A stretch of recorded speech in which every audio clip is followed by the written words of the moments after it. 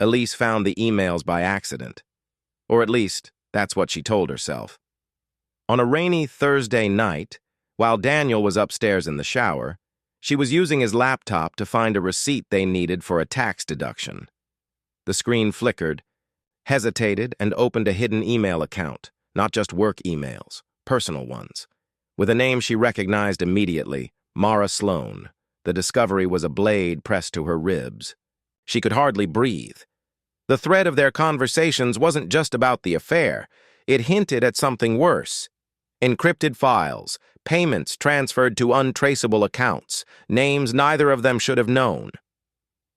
When Daniel came, downstairs, towel slung low on his hips, Elise sat still, hands trembling on the keyboard.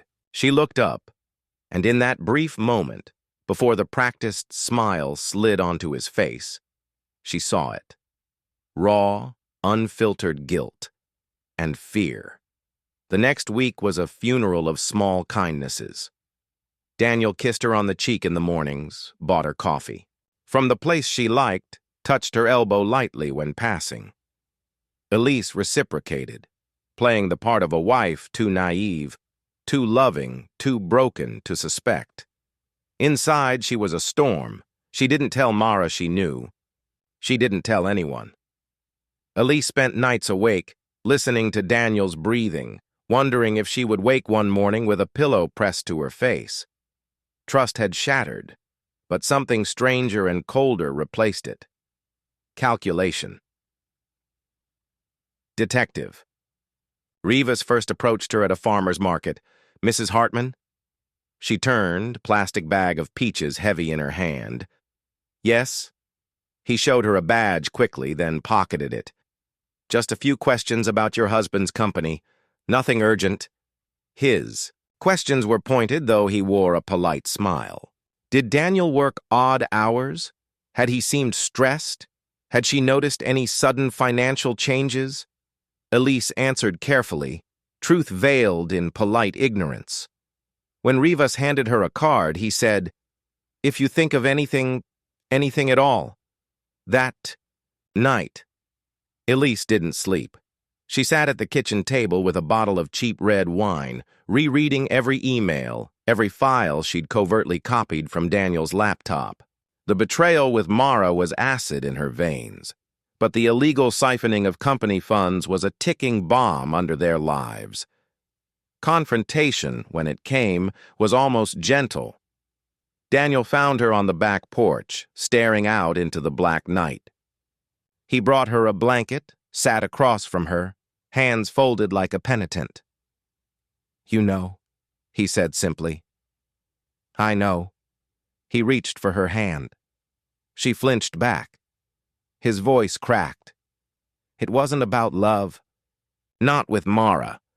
It was anger, loneliness. You were always busy. You didn't see me." Elise laughed, sharp and humorless. "I saw you just fine. I just didn't see the rot underneath."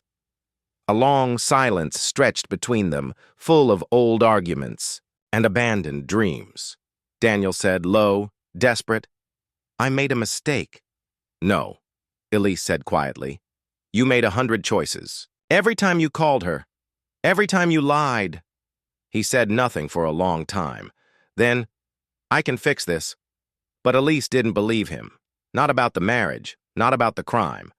The suspense boiled over 2 nights later. Mara showed up on their doorstep, soaked from the rain, mascara smeared. "Elise, please," she begged. "He's setting me up. It was his plan. Daniel, standing behind Elise, said, "Don't listen to her. She's panicking. She'll drag you down too." It was Elise who made the choice, sudden and irrevocable. She stepped aside. "Come in, Mara." Daniel's face turned to stone, and as Detective Rivas had instructed, Elise pressed the silent alarm app he'd installed on her phone, ending, as the sirens sliced through the night air, Daniel realized what Elise had done. His eyes met hers, fury, betrayal, maybe even admiration passing through them in quick succession. Mara was sobbing. Daniel was cursing. Elise stood still, numb, watching the ruins of her life burn around her. When Rivas cuffed Daniel, Elise thought she would feel something like triumph, but all she felt was hollow. Later, alone in the house, Mara gone, Daniel gone, Elise sat on the floor and wept until dawn. The days that followed blurred together, interviews with detectives, whispered conversations with attorneys, and the sickening collapse of everything Elise had once believed was solid. Neighbors, once quick with smiles and invitations to backyard, barbecues, now averted their eyes. Mara disappeared too, or was perhaps hidden somewhere by the police, or by her own shame. Elise didn't ask. Daniel refused to speak to her after the arrest. He'd stared at her with naked hate as they led him away, but the thing that haunted Elise was the flicker of something else in his eyes. Pride almost, as if he'd recognized her strength even in the act of his own undoing. She didn't know if that made it better or worse. 3 weeks later, Elise met Detective Rivas again, this time in a quiet coffee shop outside of town. "You did the right thing," he said, watching her across the chipped table. Elise stirred her coffee, watching. The cream swirl into clouds. "It doesn't feel like it." He nodded almost kindly. Good people always think that way. He slid a thin folder toward her, evidence she'd never asked for but that he thought she might need. Copies of Daniel's transfers, phone records, photographs. Proof that what had happened was real, that she hadn't imagined it all. "You might be called to testify," Rivas added. "You and Mara both." Elise flinched at the thought. "Will it destroy him?" He hesitated. "He destroyed himself, Mrs. Hartman. You just stopped protecting the wreckage." That night, alone in the house that still smelled like Daniel, his cologne stubborn in the closet, his toothbrush still in the holder, Elise finally opened the folder. She flipped through page after page, numb, until she reached a photograph she hadn't expected. It was of Mara and Daniel together, not in bed, not touching, but standing outside a bank, serious, conspiratorial. Elise stared at Mara's face, at the tight set of her mouth, the nervous flick of her eyes. Not love. Not even lust. Desperation. The betrayal had been deep, but it wasn't the kind she had imagined. They had used each other, Elise realized, the way addicts use a fix, for a way out, for survival, for something beyond the unbearable weight of their own failures. Weeks turned into months. The house felt emptier by the day. Elise sold it finally. On a drizzly March afternoon, watching the sold sign hammered into the front yard with a dull finality, Mara reached out once, a single email. Just 2 lines. "I'm sorry. I hope you find peace." Elise never answered. There was nothing left to say. Final scene. On a gray April morning, Elise stood on a ferry deck, wind lashing her hair, a single duffel bag at her feet. Seattle's skyline shrank behind her. She didn't know exactly where she was going, only that she wasn't running. Not from Daniel, not from Mara, not even from herself. She was something new now, sharper, lonelier, and infinitely more dangerous to anyone who would mistake her loyalty for weakness again. Below deck, her phone buzzed. A message from an unknown number. One word. Forgive? Elise stared at it, the ferry's engines thrumming beneath her. She deleted the message without replying. Ahead of her, the coastline blurred into the mist, and Elise stepped forward, into whatever would come next. The ferry rocked gently beneath her feet as Elise leaned against the railing, the phone heavy in her pocket. The mist swallowed the horizon. There was no clear line between sea and sky. Good, she thought. Maybe it was better that way. No sharp edges, no clear paths. Only motion, only survival. She checked into a modest inn on the island, an old clapboard place with salt in its walls, and an owner who didn't ask questions. Her room overlooked a field of wild grasses, and beyond that, the water. The first night, Elise slept dreamlessly for the first time in months. The second morning, a knock at her door jolted her awake. She opened it cautiously, heart hammering, but it was just a small, sharp-faced woman with a leather satchel. Elise Hartman? Yes, she answered, wary. The woman handed her an envelope, thick and official-looking, no return address.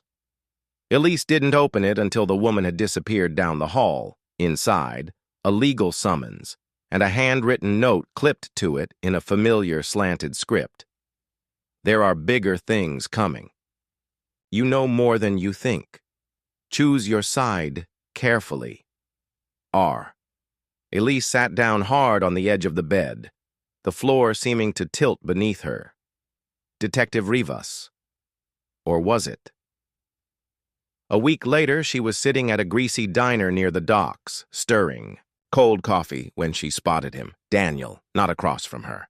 Not anywhere near her table, on the television mounted over the counter, a news report.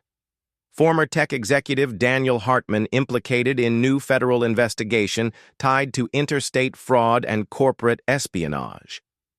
Footage rolled. Daniel. In a jumpsuit, thinner, eyes dark and hollowed out. Not beaten. Not yet, but cornered. The voiceover droned on, mentions of foreign interests, of larger networks still hidden. Elise felt the bottom drop out of her stomach. This wasn't just about Daniel skimming money. This was something bigger. Something that maybe hadn't ended with her signing her witness statement and moving to an island. Maybe she was still in it. Maybe she'd never really gotten out. Later that night, another message came. Different number, no words, just a file attachment. She hesitated, but opened it anyway. It was a photo, an old photo, Elise and Daniel at a 4th of July party years ago. Young, smiling, trusting.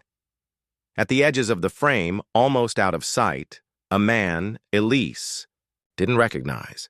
Watching them, there was no caption, no explanation, just a feeling rising in her chest like bile.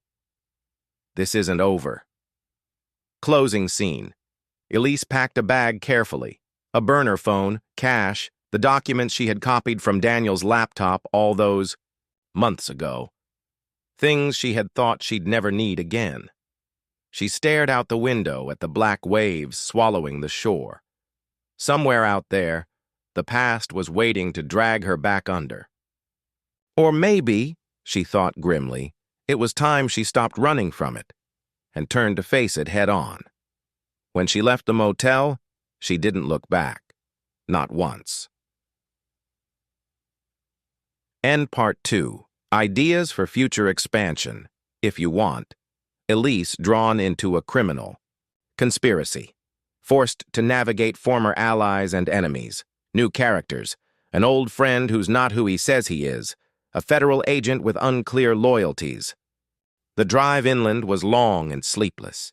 Elise barely stopped except for gas, caffeine, and moments when panic clawed so hard at her throat she had to pull over just to breathe. She didn't know where she was going exactly, just away from the ferry, the coastline, the life she'd already outlived twice over. But some instinct, sharper now, honed by betrayal and survival, led her back toward Seattle, not into the city itself, toward the outskirts.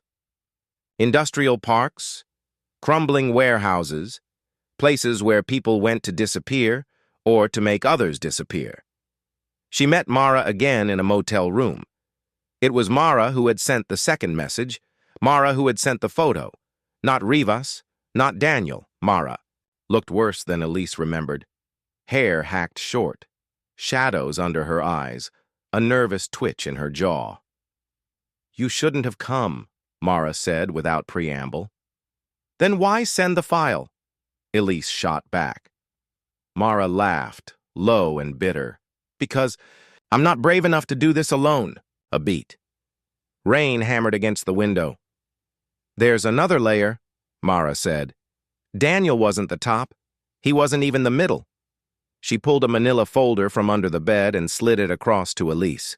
Inside were photographs, receipts, names, people Elise had never heard of, executives, government officials, foreign bank accounts. "This isn't just about stolen money anymore," Mara whispered. "It's national security, espionage." Elise's hands trembled slightly. "And they think we're liabilities." Mara nodded. "And they're coming." That night, Elise sat on the floor back against the motel wall, thumbing through the folder until her head ached. Somewhere, deep in the stack, she found a name she recognized: Detective Neil Rivas. Not a detective, not anymore, at least not in any official capacity. His real employer, private security, subcontracted to contain leaks. A cold chill ran down her spine. All this time, Elise thought Rivas had been trying to help her.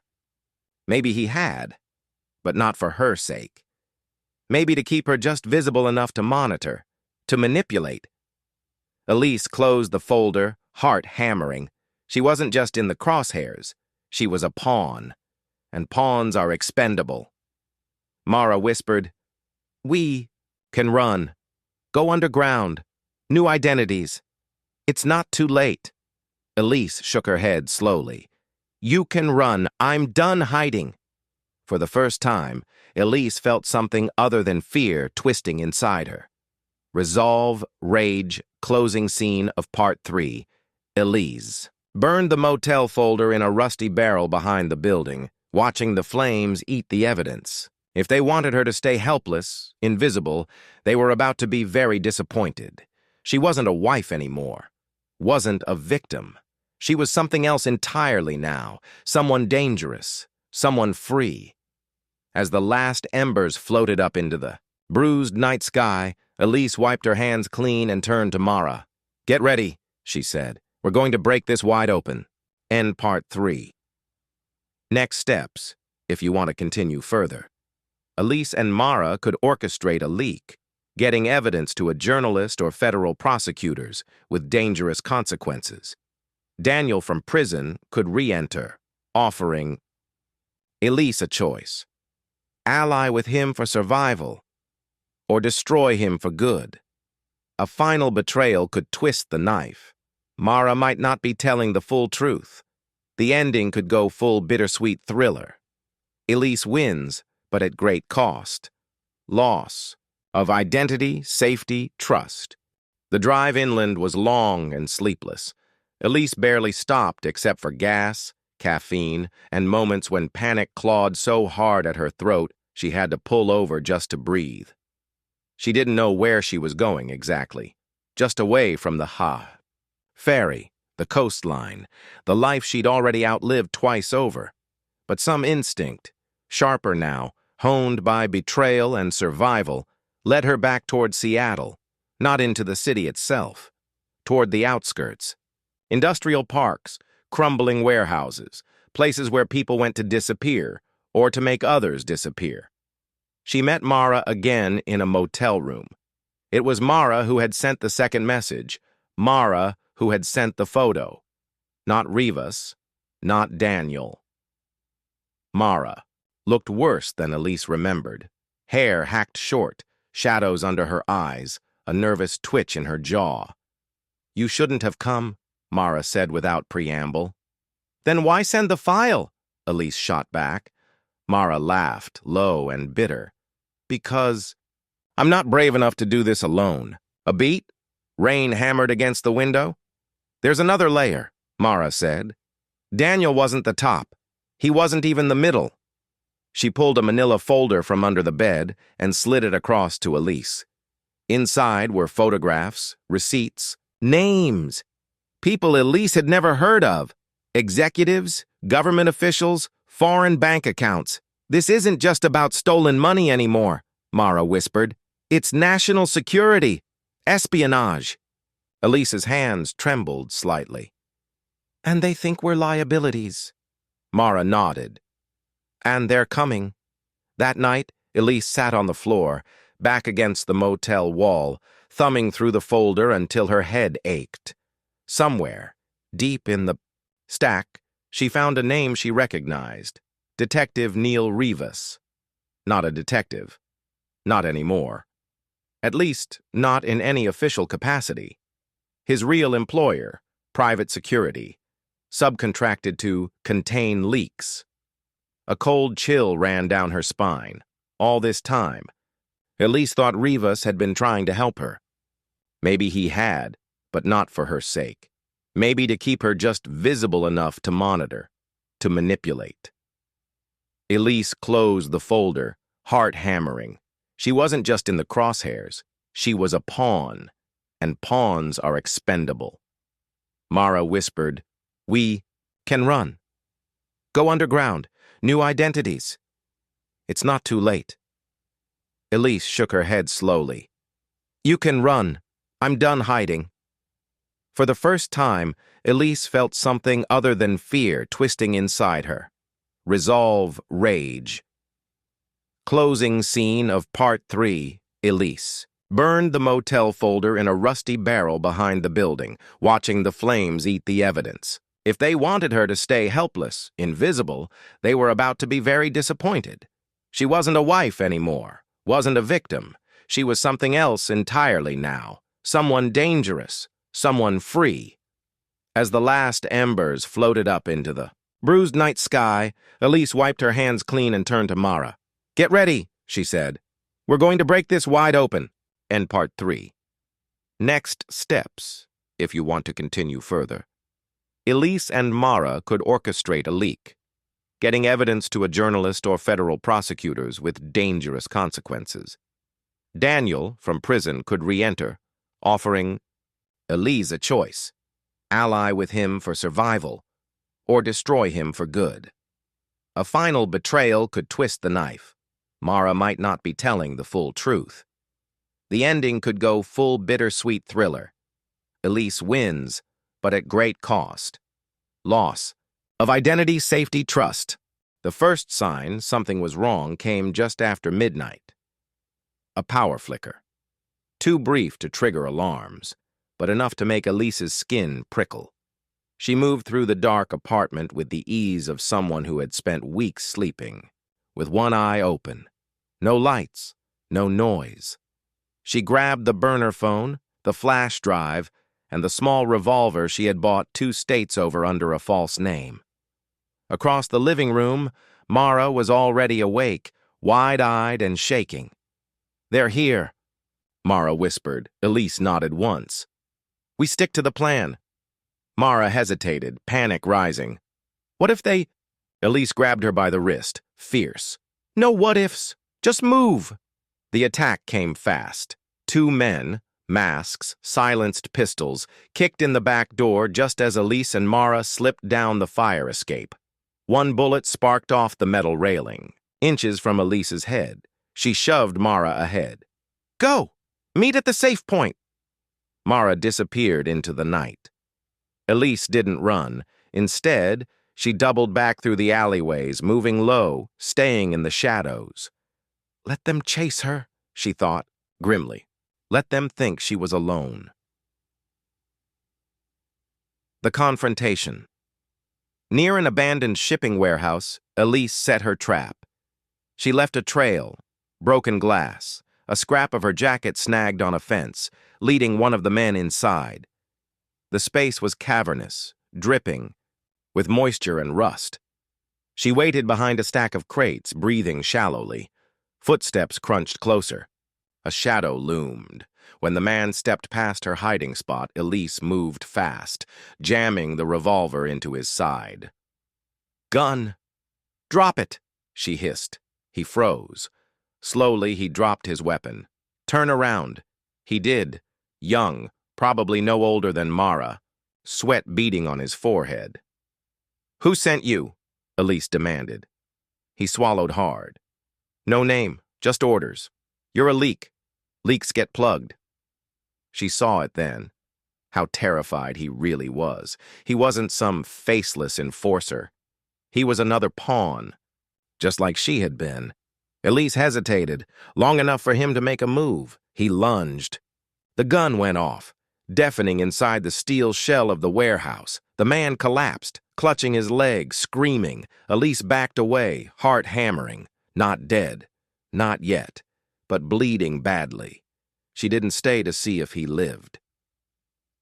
The next morning, Elise met Mara at a battered roadside diner hours outside the city.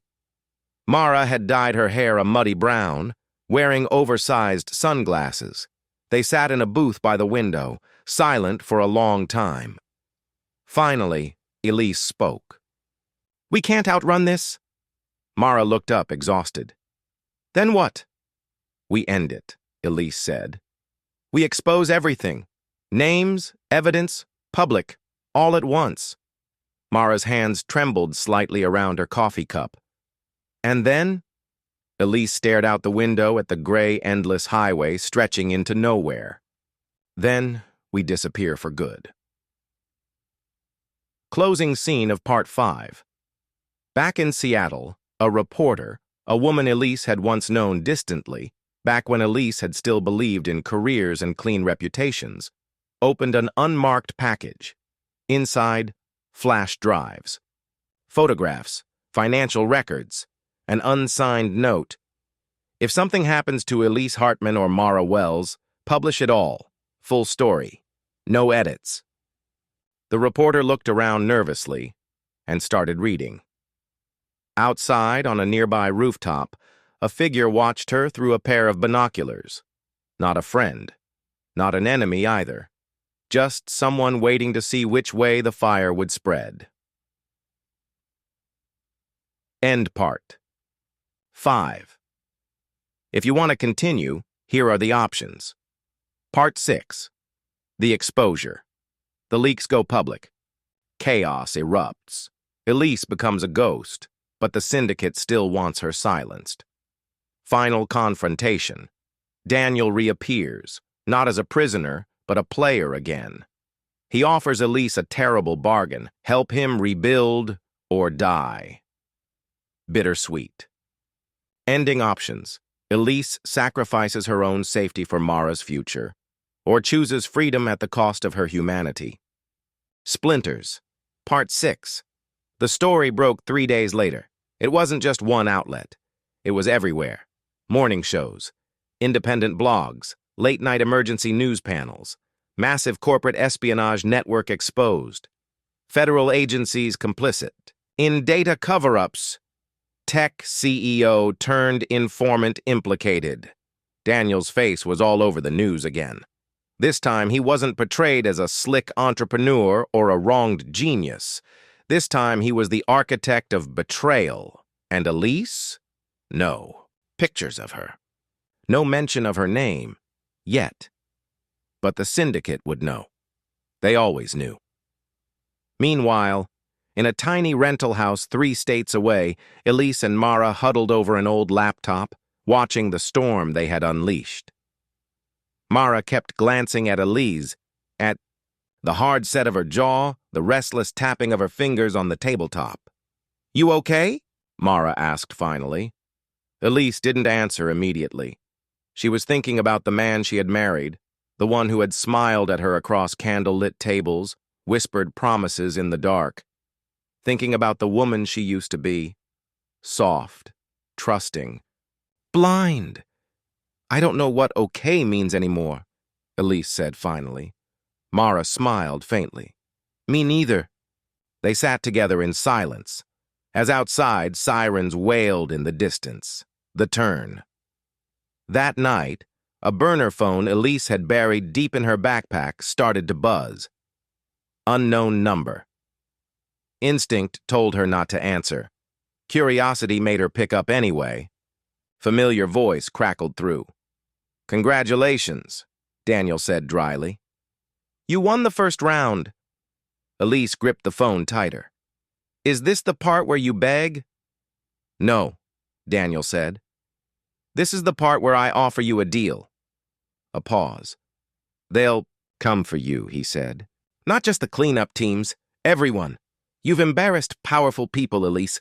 They're going to want a blood offering." And you? She asked coolly. I can protect you, Daniel said. Still have friends. Still have resources. You and Mara disappear. Clean. New lives. Elise laughed, short, bitter. And all I have to do is trust you again? No, Daniel said. You just have to trust that everyone else wants you dead more than I do. The choice. Mara watched Elise silently as she paced the tiny living room. The call ended, but still burning. In her mind, "You're not seriously considering it?" Mara said, horrified. Elise stopped pacing. "What if it's the only way to survive?" Elise said quietly. Mara's voice cracked. "We didn't do all this just to crawl back under his thumb." A long silence stretched between them. Elise looked out the window, at the empty street shimmering under the sodium lights. Choices. No guarantees. No clean wins. Only risks, survival, and compromise. Closing scene of Part 6. The next morning, Elise stood alone by the side of a desolate highway, the horizon burning pink and gold with sunrise. She held Daniel's new phone in one hand. A bus, ticket in the other, to a city where Mara could disappear alone. Safe. Two paths. Neither clean. Neither without blood. She closed her eyes, feeling the weight of it all. The love she had lost. The innocence she had sacrificed. The fire she had started, and the storm it had become. When she opened her eyes again, she moved. Not backward. Not forward exactly. Just onward, into whatever came next. 1 year later. The town was small. Nothing much on the map. Nothing much to remember. Elise lived in a house at the edge of it, a modest place with creaky floors and a fenced garden that grew wild with herbs and stubborn little tomatoes. Nobody here asked questions. Nobody looked too closely. She worked at the local bookstore, cash under the table, and spent most evenings walking the dusty roads, a heavy sweatshirt pulled over her hair. Some nights, she imagined what life would have been if Daniel had never betrayed her. If she'd stayed soft, blind, safe. Most nights, she didn't bother imagining anything at all. One afternoon, a letter arrived. No stamp, no return address. Inside, a single photograph. Mara, sitting on a beach somewhere bright and warm, sunglasses perched on her nose, a wide, easy smile. Alive. Free. The photo shook a little in Elise's hands as she held it. She sat down heavily on the porch steps, letting the late afternoon sun soak into her bones. For the first time in months, she let herself cry. Not from fear, not from grief, but from the unbearable lightness of knowing that, somehow, some part of what she had fought for had survived. Later that night, she burned the letter and the photograph, scattering the ashes deep in the garden. No attachments. No vulnerabilities. Not anymore. As she watched the last ember fade, Elise heard a car pass slowly down the distant road. She didn't flinch, didn't hide. She simply stood there, letting the night settle around her like a second skin. If they came for her, whoever they were now, she would be ready. She was no longer anyone's wife, no longer anyone's weakness. She was a ghost, a scar, a blade, and she was still standing. Final image. In the darkness, Elise turned and walked back into the house, the door swinging shut behind her with a soft, decisive click. Not a happy ending, not a tragic ending, just a real one. End of story. The city was louder than she remembered. Hotter. Meaner. Elise walked through the crowded market square, blending into the hum of voices, the clatter of street vendors, the haze of car exhaust and hope. She didn't live here. She didn't live anywhere anymore. She was just passing through. always passing through. At a cafe across the square, a man sat alone at a table, tan blazer, sunglasses, casual in the way predators often were. Elise recognized him immediately. Daniel, older now, weathered, still dangerous. He lifted his coffee, cup slightly in her direction. A silent salute. Her heart hammered once, hard, then settled into a cold, steady rhythm. She could walk away. She should, but instead, she crossed the square and sat down across from him. Not a word exchanged for a full minute. Finally, Daniel said, "You're harder to find these days." "I'm not hiding," Elise said, a small smile. "Not from you." Daniel chuckled, low and grim. "You burned it all down," he said. "Cost me everything." "You deserved it," she said simply. He studied her, head tilting slightly. "No regrets?" Elise looked at him then, really looked, at the faint lines around his eyes, at the bitterness he couldn't quite hide. She felt no hatred, no triumph, just distance, like he was a chapter in a book she had long since closed. "No regrets," she said. Daniel leaned back, appraising her. "You could still come back, you know. Work with me. We could rebuild something better this time." She almost laughed at the absurdity of it. "Not interested," Elise said. Another pause. Daniel shrugged, easy, unconcerned. But Elise saw the flicker of something else underneath. Loneliness, maybe. Or the faint sting of losing the only person who had ever truly seen him. "You'll always be running," he said. "Maybe," she said, rising. "But I'm running forward. You're just standing still." She walked away then, not looking back. Not needing to. She knew he was still sitting there, watching her vanish into the crowd like smoke. Final image. Elise stepped out into the busy street, swallowed by the noise, the heat, the relentless motion of life moving on. Some scars don't heal, some ghosts never leave. Some victories are paid for in pieces of yourself you never get back. And yet, Elise was still moving, still breathing, still free, and sometimes that was enough. End. Alternate epilogue. Summary. This version gives closure to the Elise Daniel. Dynamic without needing bloodshed or melodrama. It's a true emotional confrontation, showing that Elise has evolved beyond him. 1. Betrayal and trust. At the heart of Splinters lies the theme of betrayal, both in love and in personal ambition.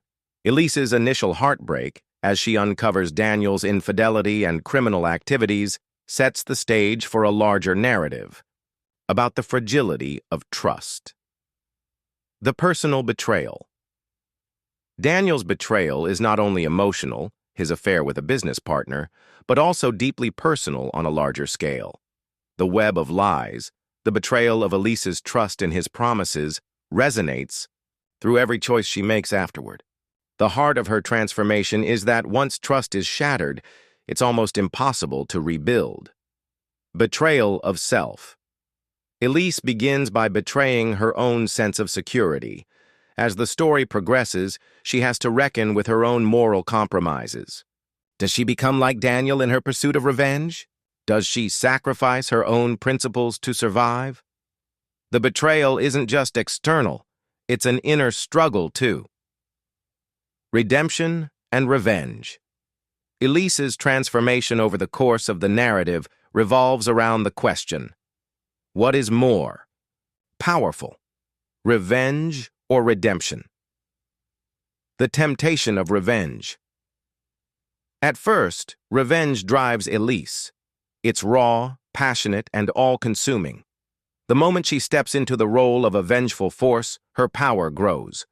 But it also eats at her, bit by bit, eroding her humanity. She's forced to confront how far she's willing to go for vengeance, and whether it is worth the cost of her own peace. Redemption through action. However, the choice for Elise is never so straightforward. She must confront the possibility of redemption, not through forgiveness of others, which she doesn't give, but through the act of self-preservation. Instead of getting lost in the abyss of revenge, she redefines her existence by using the tools of destruction, the evidence, the investigation, the power she has to shape a new future, one that's free of the past. Elise becomes both the one who suffers and the one who survives, all in the same breath. Survival and sacrifice. One of the most consistent themes in Splinters is survival and what it costs. Survival at all costs. Elise's journey from the I. Betrayed wife to a ruthless survivor is about learning that, in a world of moral ambiguity, survival often requires sacrifices, and sometimes the first sacrifice is your own ideals. The intense pressure of the criminal world she's been pulled into forces her to choose whether to maintain her integrity or accept the grim reality of what she must do to endure. The cost of freedom. The final moment of Elise's journey, burning the letter with Mara's photo, choosing to disappear, is not just a victory over her enemies. It's a sacrifice of connection, of hope. Elise gives up relationship to gain freedom. The finality of that choice encapsulates the harshness of her survival. She may be free, but she's alone. And this lonely freedom is a bittersweet success. Power and corruption. The dynamic between Elise and Daniel is an exploration of power and corruption. The corrupting influence of power. Daniel, as the one who initially holds the power in their marriage, wields it both to manipulate Elise and to protect his empire. Elise's journey is an inversion. She doesn't take his power. She becomes powerful in her own right, carving a space where she calls the shots. The story asks whether power, once tasted, can ever be given up. The moral corruption of self-interest. The criminal world they both inhabit shows how corruption seeps into every action. Daniel's willingness to betray Elise for personal gain mirrors Elise's own willingness to sacrifice her morals to protect herself and her new life. The distinction between right and wrong blurs in a world of moral compromises. Elise's battle is not against Daniel alone, but against the internal corruption she sees in herself. As her motivations twist into something darker, the further she goes. 5. Identity and transformation. The ultimate theme of Splinters is the exploration of identity. How far we change when faced with extreme circumstances and betrayal. The deconstruction of Elise's identity. At the start of the story, Elise is the loving wife who believes in the safety of her home and the integrity of her marriage. By the end, she has become a ghost, a hardened woman with no roots, no loyalty, no illusions. This transformation is a gradual loss of self, but also an embracing of a new identity, one forged from pain and necessity. Elise chooses to own the person she has become, no longer apologizing for it, but accepting that this is now who she is. The self-reinvention. In the epilogue, Elise is no longer defined by Daniel's betrayal or the life she used to live. She has reinvented herself as a survivor, a person who is no longer bound by any of the ties that once defined her. Marriage, morality, love. In a way, she has freed herself from all of it. But the question remains, is freedom from everything really freedom? Is her final choice an escape or a final form of captivity? Overall. Themes: the cycle of betrayal. Elise's journey demonstrates how betrayal doesn't just tear relationships apart. It shapes who we become, often leading us down paths we never thought we'd take. Power's corrupting nature. The pursuit of power, whether emotional or physical, distorts our original values and makes us question who we really are when we're forced to survive. Freedom through sacrifice. In the end, freedom isn't about escaping from danger. It's about choosing what parts of ourselves to sacrifice for the sake of that freedom. Possible titles. Splinters. This title reflects the broken pieces of Elise's life, both physical, her marriage, her trust, and psychological, her fragmented sense of self. The Cost of Trust. A title that directly points to the price of betrayal and the cost of rebuilding a life after trust is shattered. Ghosts in the Light. A symbolic reference to Elise's transformation. She's no longer alive in the same way, but she's present, haunting the world she used to know. Burned Bridges. This could reflect both Elise's literal action of burning the letter in the epilogue and the metaphorical burning of her past. After the Fall, a title that signifies the collapse of Elise's life as she knew it, and the aftermath of that destruction.